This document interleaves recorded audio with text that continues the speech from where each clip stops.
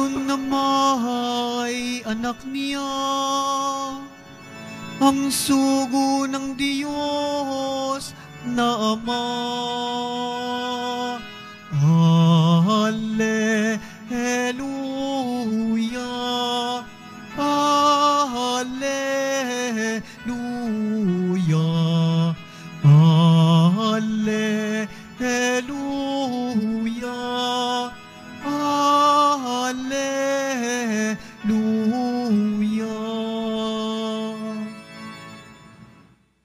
Sumainyo ang Panginoon. At sumayo rin Ang mabuting balita ng Panginoon ayon kay San Juan. papuri sa iyo, Panginoon. Nang suguin ng mga Hudyo sa Jerusalem ang ilang saserdote at Levita upang itanong kung sino siya, sinabi ni Juan ng katotohanan. Sinabi niyang hindi siya ang Mesiyas. Kung gayoy, sino ka? Tanong nila. Ikaw ba si Elias?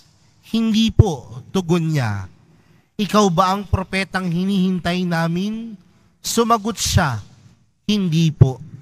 Sino ka kung gayon? Tanong nila uli. Sabihin mo sa amin para masabi namin sa mga nagsugo sa amin. Ano ang masasabi mo tungkol sa iyong sarili? Sumagot si Juan. Ako ang tinig ng isang sumisigaw sa ilang. Tuwirin ninyo ang daraanan ng Panginoon. Ang propeta Isaías ang may sabi nito. Ang mga nagtanong ay sugo ng mga Pariseyo. Muli nilang tinanong si Juan, bakit ka nagbibinyag? Hindi pala naman ikaw ang Mesiyas, ni si Elias, ni ang propeta. Sumagot siya, ako'y nagbibinyag sa tubig, ngunit nasa gitna ninyo ang isang hindi ninyo nakikilala. Siya ang susunod sa akin, subalit hindi ako karapat-dapat magkalagman lamang ng tali ng kanyang panyapak.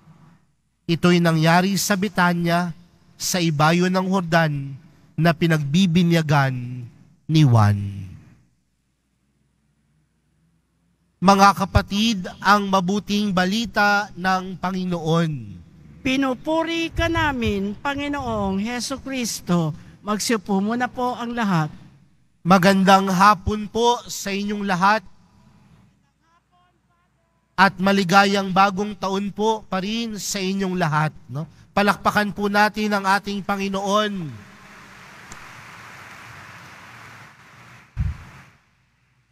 Mga kapatid, nitoong mga nakaraang araw o mga nakaraang linggo, tunay nga tayong nakatatanggap ng pagpapala at biyaya.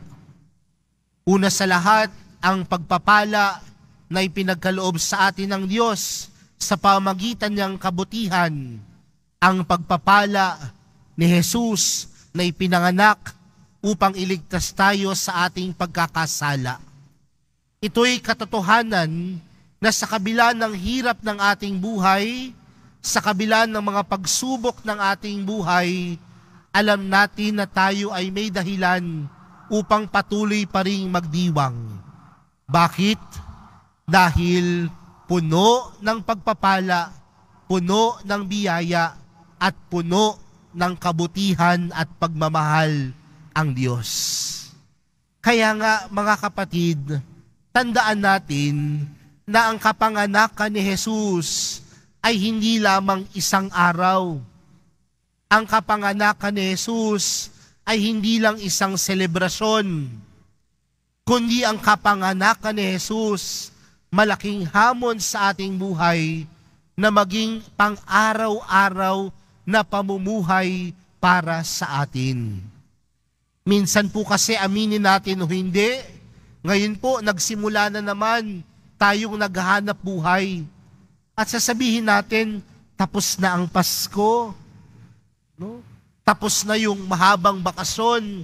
Tapos na yung pagbibigayan ng regalo. Tapos na ang Pasko, hindi na ulit ako mabuti. Tapos na ang Pasko, madamot na ulit ako. Tapos na ang Pasko, wala na ulit si Jesus.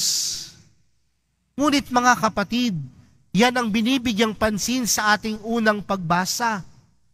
Ang pamumuhay ni Kristo na dapat patuloy na namumuhay sa ating mga sari-sariling buhay. Kaya mga kapatid, ang Kapaskuhan ay hindi lamang isang araw. Ang Kapaskuhan ay hindi lamang selebrasyon, kundi ang Kapaskuhan ay isang pamumuhay na dapat sumasa atin sa ating pang-araw-araw na buhay. Di ba may kanta nga tayo sa Pilipino? Ano yung kanta natin? Araw-araw Pasko. Dahil araw-araw dapat nasa atin si Kristo. Yun po yung unang bagay. Paano po natin matatanto ang buhay na Kristo sa ating mga sarili? Paano natin mapagninilayan at mapagtatanto sa buhay natin na buhay nga ang Panginoong Hesus? Sa atin pong ebanghelyo, para sa araw na ito, nagpapatungkol po ito kay Juan Bautista. Nagsugo ang mga Hudyo, mga saserdote at Levita upang tanungin si Juan Bautista. At anong tanong nila kay Juan Bautista? Sino ka? At paano sinagot ni Juan Bautista ang katanungang ito? Hindi niya sinagot kung sino siya. Bagkus sinagot ni Juan Bautista kung ano ang misyon na ipinagkaloob sa kanya ng Diyos. At ano ang misyon na ipinagkaloob sa kanya ng Diyos? Na ihanda ang daraanan ng Panginoon. At paano dapat ihanda ang daraanan ng Panginoon? Tumalikod sa pagkakasala at magbinyag. Ano pong pinapaintindi nito sa atin mga kapatid? Mapagtatanto lang natin na ang buhay natin, kasama natin ang buhay na Kristo sa ating puso, kung ang puso natin marunong tumalikod sa buhay pagkakasala. Alam ko mga kapatid, nung nakaraang araw, marami sa atin ang nag-isip, ano ba ang magiging New Year's resolution ko? Marami sa atin ang New Year's resolution ganito, magpapapayat ako. Isa na siguro ako dyan. Magpapapayat ako. Hindi na ako magpapaloko. Ano pa ba? Magpapaputi na ako. Magpapayaman na ako. Yan yung marahil napakadami nating listahan na gusto nating magbago sa ating buhay. Pero sana meron din sa atin na magsasabing, ang New Year's resolution ko, tatalikod na ako sa pagkakasala. Tatalikod na ako sa mga maling gawain.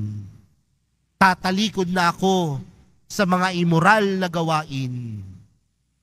Dahil yung mga pagkakataon na yan, tunay nating ipinapakilala hindi ang ating sarili, kundi ang ipinapakilala natin na tunay na buhay si Kristo sa ating mga puso. At siguro yun yung isang bagay na maganda nating tingnan. Si Juan Bautista kailanman hindi namutawi sa kanyang sarili ang kanyang pagiging makasarili. Tandaan po natin noong mga panahon na ito, marami nang sumusunod kay Juan Bautista. Marami nang naniniwala sa kanya. Pero ano ang mas namutawi sa kanya? Na sa paggawa niya ng misyon ng tama, sa paggawa niya ng mabuti, sa paggawa niya ng magagandang bagay, ang sumasalamin ay hindi ang kanyang sarili, kundi ang tunay na sumasalamin, si Kristo sa kanyang puso.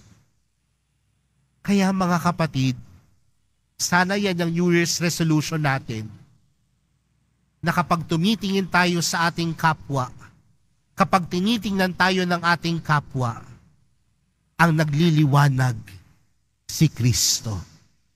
Dahil ang bawat isa sa atin nagsusumikap magpakabuti.